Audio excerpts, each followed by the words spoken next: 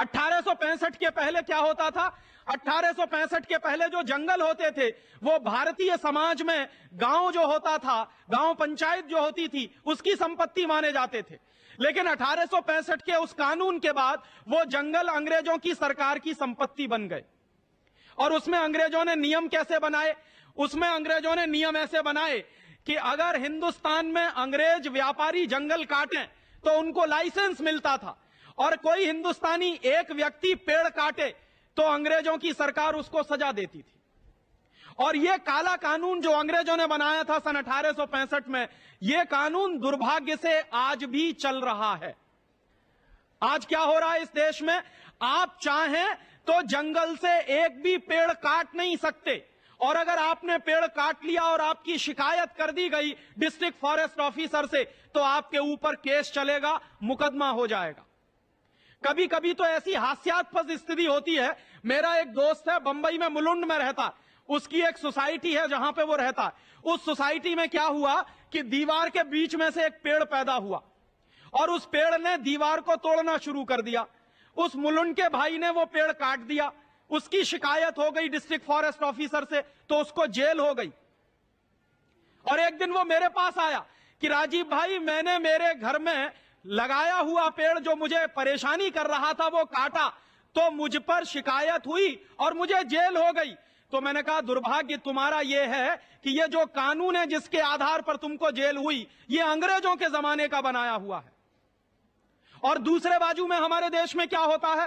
तमाम परदेशी कंपनियां हैं हमारे देश में जो सिगरेट बनाती हैं, और इस देश में सिगरेट बनाने वाली बड़ी बड़ी कंपनियां हर साल सैकड़ों करोड़ पेड़ काटती हैं, क्योंकि सिगरेट बनाने के लिए जो कागज चाहिए वो पेड़ काटने से ही बनता है।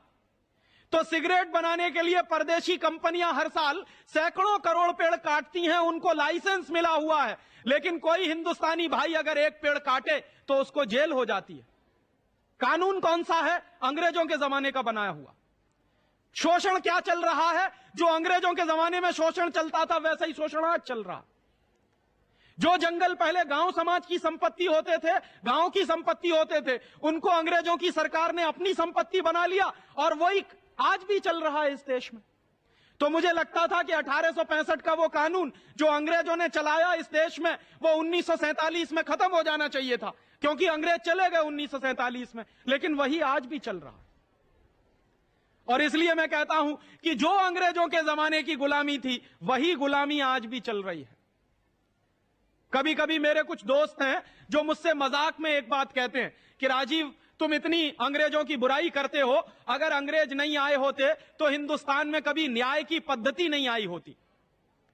तो न्याय की पद्धति माने हमारे देश में जो कोर्ट चलते हैं, लोअर कोर्ट चलता है, हाई कोर्ट चलता है, सुप्रीम कोर्ट चलता है, तो जितने न्यायालय चलते हैं हमारे देश में, ये सब जिस न्याय पद्धति पर चलते हैं वो अंग्रेजों की बनाई हुई है। और उसका एक कानून है, उस कानून का नाम है आईपीसी, इंडियन पीनल कोड।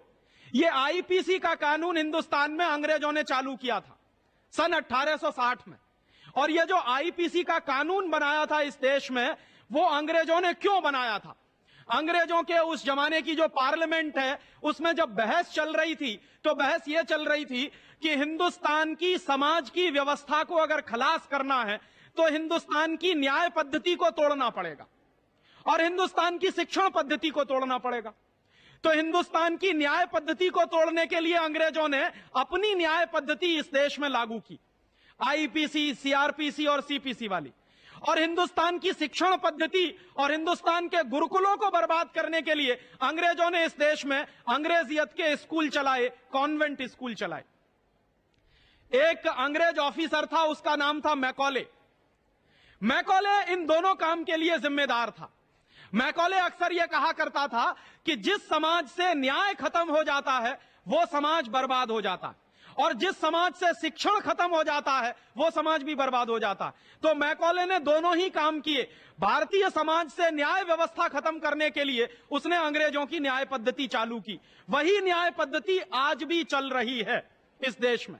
1860 में आईपीसी कानून बना था। पता नहीं 1860 में हमारे देश की क्या हालत थी। वो 1860 का कानून, आज से लगभग 140 साल पुराना कानून आज भी चल रहा है इस देश में।